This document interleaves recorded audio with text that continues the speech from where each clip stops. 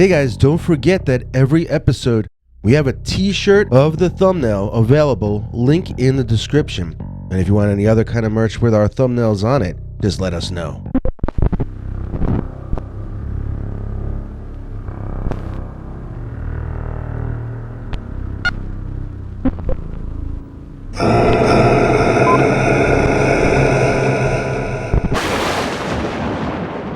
Dogman knocked my lights out. Dear Scary Stories NYC. Hey, I just remembered a story that was told to me a really long time ago by my Uncle Sally, which was short for Salvatore. He didn't call the creature he saw a Dogman, but I think that's what he was describing. The thing is, the story took place outside of Las Vegas, in Death Valley, and I don't think I've ever heard any other stories of Dogman being in that or any other desert. So I don't know if this maybe was something else he encountered instead. But it was upright. It was two-legged. It was covered in fur and had a dog head. So that sounds like the description of a dogman or werewolf to me. Anyway, let me just tell the story, as well as I can remember it. This was told to me when I was young, and I am the opposite of that now. So let's see how much of it I can remember and get straight in the retelling. Now, this was the only time my Uncle Sally met a monster. Actually, one time he met Lon Chaney Jr., that actor from all those monster movies, in Atlantic City. But it wasn't when he was made up as the Wolfman, so I don't think that counts. This story was told to me around 1969 or 1970, so that means it happened sometime before that, but I'm not really sure how much further back. I'm gonna call the creature man a Dogman, because that's what I think it was. But Sally called it a Wolfman. Sally wasn't from Michigan or Wisconsin. He was from New Jersey. He didn't know from Dogman, but like I said, he had met Lon Chaney Jr. himself, so he was very familiar with the Wolfman. That having been said, the creature he saw was what he described as a naked werewolf, meaning it was not wearing human-style clothing at all. Uncle Sally was convinced that this was a human who had transformed into a wolfman, although he had no proof of that. He had just never heard of dogmen being born as upright walking canines. He thought it was some kind of a shapeshifter because that's what the movies told him. That was another thing about my Uncle Sally. He thought that movies were more truthful than newspapers. I used to laugh at him about that when I was young. These days, I think both movies and news are all lies, but he used to love old film noir, gangster pictures, you know? Sally used to say, in the newspapers, all the cops and politicians are honest, but in the movies, they act like they do in real life. It's safe to say that Sally embraced the dangerous side of life. That was how he made a living. That was where he found the loud women he used to break up with all over the place. He could take a girl on a date, and by the next morning they'd start publicly fighting for 6 months, until one of them stormed out on the other. His temper was fiery, but he was like a Buddhist monk compared to his string of wise-cracking gun-moll-type women, none of whom ever had his back or had one single nice thing to say about him. In fact, it was supposedly because of one of his exes fingering him to this one particular mob out west that he ended up having his little Dogman adventure in the first place. This didn't start out as a Dogman story. In fact, it started out as the story of how my Uncle Sally bit the big one. So if you've ever been a gangster working in Vegas, as I'm sure most of you have been at one point or another, then you all know about Death Valley. I'm just kidding. Probably half of you are too young to even know what Vegas is. See, it's this city in Nevada where gambling is legal. But it's still run by, in those days, it was still run by crooks anyway. Nice crooks. Wonderful men. Kind to their mamas. But crooks anyway. And that stupid woman got all these men angry at my Uncle Sally. She accused him of things he would never do. And so these men, let's call them the boss and Junior, offered to take Uncle Sally for a little ride in their fancy boss car. Now here's where I have to disagree with Uncle Sally, because in the movies, I usually see 3 guys kidnapping one. But Sally insisted it was just the boss and his muscle man, Junior, who was the biggest guy on the scene and quite intimidating to be in the presence of. They jumped into the fancy car. Sally was thrown in, and then they drove and drove and drove and drove. After an hour, Sally asked where they were going, and Junior accidentally thrust his elbow into Sally's mouth, dislodging one of his teeth and making a bit of a bloody mess. Junior apologized, saying that he couldn't help it. Stupid questions caused his arms to spasm out. Sally stopped asking questions and contented himself with watching his life flashing in front of his eyes, while the boss drove his own car out further and further into the hot desert. Once they got to the spot the boss had chosen, a shovel was retrieved from the trunk of the vehicle and handed to Sally. The boss told him to pick a spot, any spot. Sally picked a spot, and then he started digging his own grave. Even back when I heard this story, I was amazed at how much time was wasted in doing away with my uncle. I mean, that's a 2.5-hour drive, just to stand there in the hot night and watch a guy dig his own grave for hours? How long would it take a middle-aged man to dig a grave 6 feet deep? I'm thinking this must have been a shallow grave he was digging on that night. None of it ended up mattering anyway, though, because this is where the Dogman finally makes his appearance in our story, or as Uncle Sally called him, the Naked Desert Wolfman. So when Uncle Sally would describe this Dogman, he would use the names of different fighters from his era. I was never into boxing, so I can't even remember the names he listed.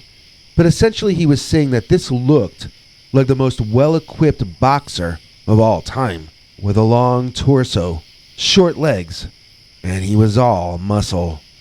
Sally was a short, overweight guy, and he told me the Wolfman was tall, so that could have really meant anything.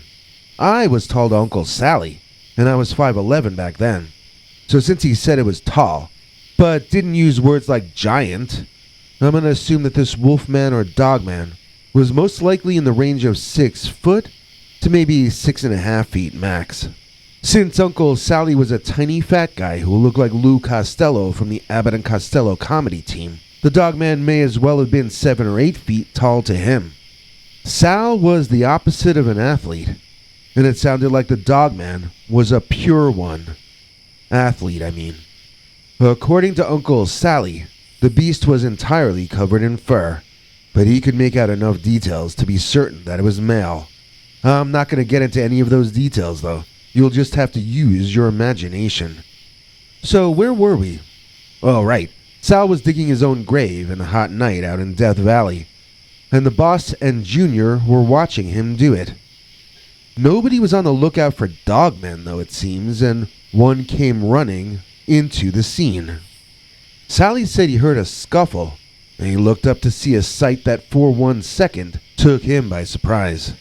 Since the hole he was digging was only a foot or two deep, when he saw the Dogman attacking those two guys, he ran over to help them fight off what he at first took to be a bear. This was where I paused my uncle and asked him to clarify what he was saying. Why would he drop what he was doing to defend two men who were forcing him to dig his own grave? Sally told me that it was instinct. You see an animal attacking people, you jump to the defense of the people. Also, he admitted that he was kind of hoping to get on the good side of the mobsters. Maybe if he saved their life, they would have second thoughts about killing him. But mainly it was the surprise of the moment. It was an instinctive reaction. There wasn't much thought involved.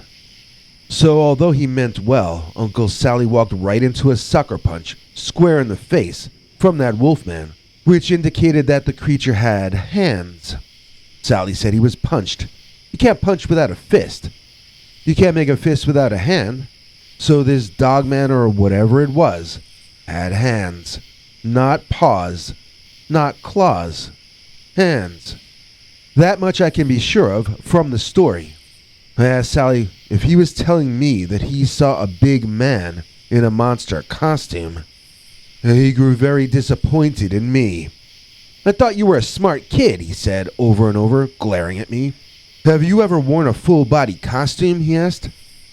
I didn't know what he was saying. Then he started telling me that every year Someone playing Mickey Mouse at Disney dies from the heat of being in those costumes. Now, I've looked this up and it's completely untrue. His point, though, was that it does get very hot inside suits like that. Death Valley is literally the hottest place on the surface of planet Earth, and the driest place in the USA. The all-time record of 134 degrees Fahrenheit was set there in the beginning of the 20th century 110 years ago. Even at night, it never gets below 90 degrees. So, if someone were to put on a bear, or a gorilla, or a werewolf costume in Death Valley, even at night, they wouldn't likely stay conscious for long.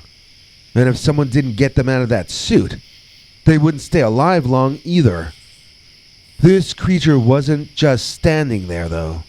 It ran up, and it was more athletic than all three men combined. It was fast, and it was strong, and so that had to have been its own fur, growing out of its own skin. Anybody wearing a costume like that would have been digging their own grave, even more than my uncle was.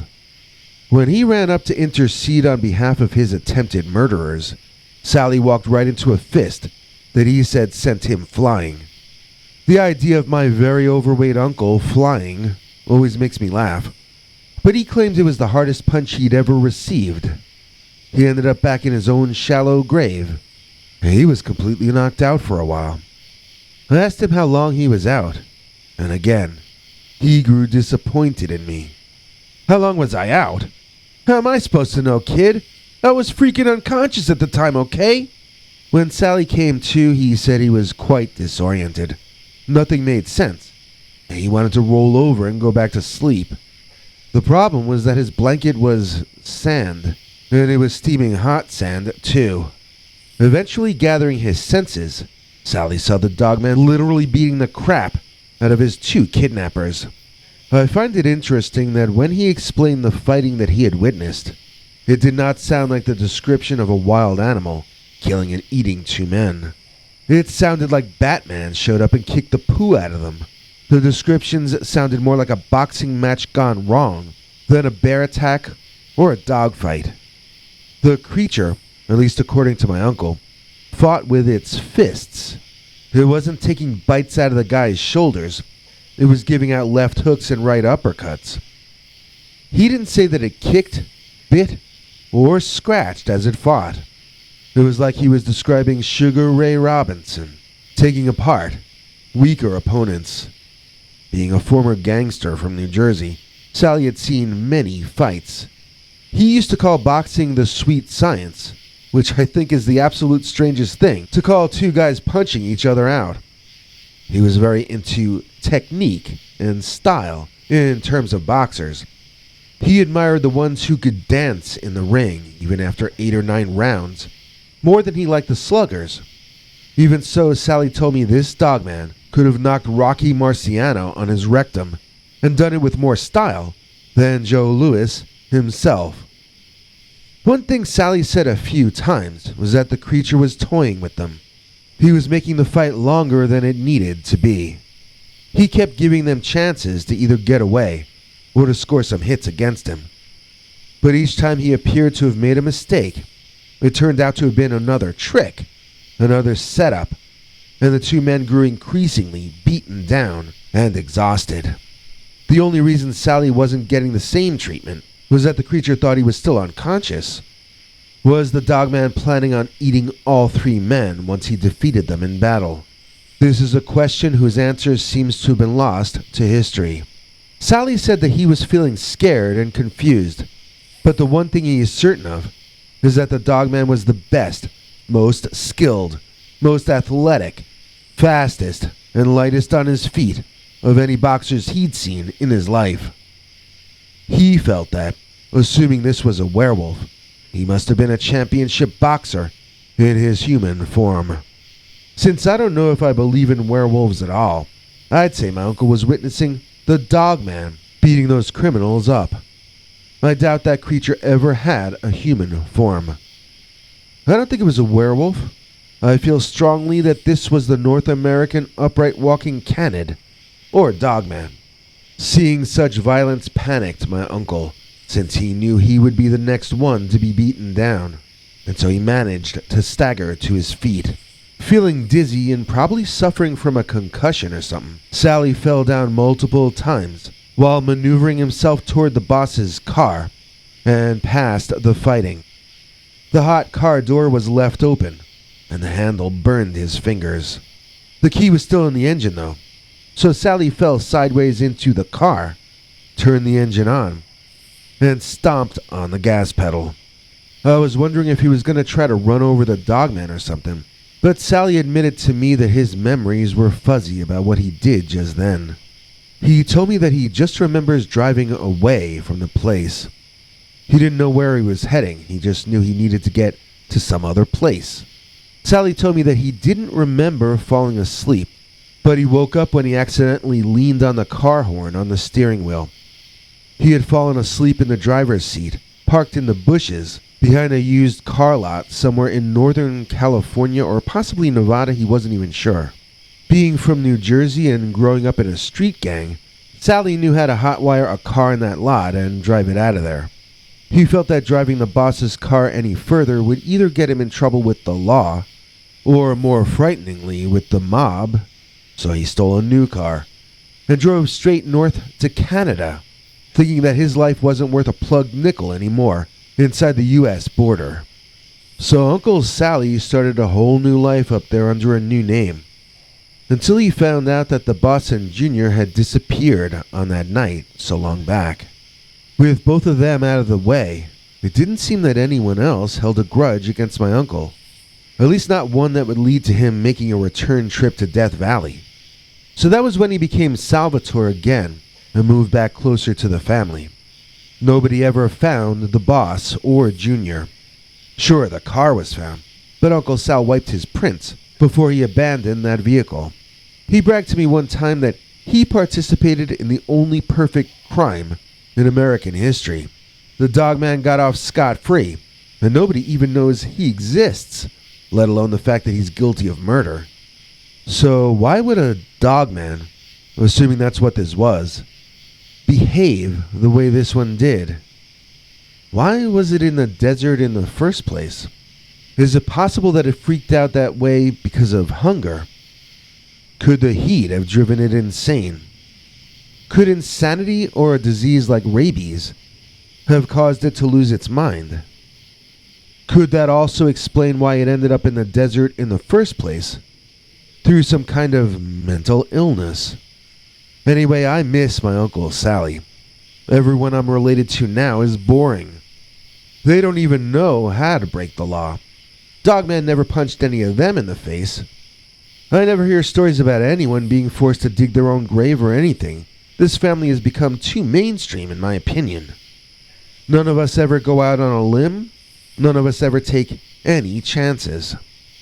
I consider it a curse, not a blessing, that I no longer have one single relative or acquaintance who can look me in the eye and tell me with a straight face,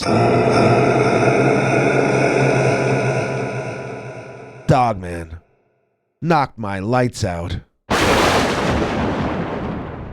Do not despair and please take solace. Our new EP is Monica Wallace. Please join me in thanking our newest $7 member, Monica Wallace, who has made this episode possible. Monica gets to see our secret uncensored stories which come out each Sunday night, and she gets to sometimes see some of our episodes in advance of the general public, too. These perks and more can be yours as well. Just lend an ear to our international TV spokesmongrel Henry Lee Dogman as he fills in the deets. Thanks, Biggie. And thanks to all of you for watching this far. If you liked it, please click like. If you'd like to see more of our work, please subscribe. And also click that bell icon if you'd like to be notified when we put out a new episode. To become an executive producer, you can donate to us through the thanks button under each of our videos or through our paypal.me/PeterBernard209 page. To receive cool perks like secret uncensored Dogman episodes far too wild to ever run on this channel, you can become a YouTube channel member by clicking the join button, or join our PayPal subscribers club at peterbernard.com. Joining either at the $3 a month level or above gets you access to our over 25 hours of secret uncensored Dogman stories available nowhere else. Do you have a scary story about Dogman or some other kind of high strangeness that happened to you? Let us know by emailing us at scarystoriesnyc@gmail.com or by leaving us a voicemail message at 804-LA-SCARY. You may need to call back on that when it cuts off after I think 3 minutes. And if you don't want to do any of that stuff, thank you for simply watching to the end. Good night, and have a scary tomorrow.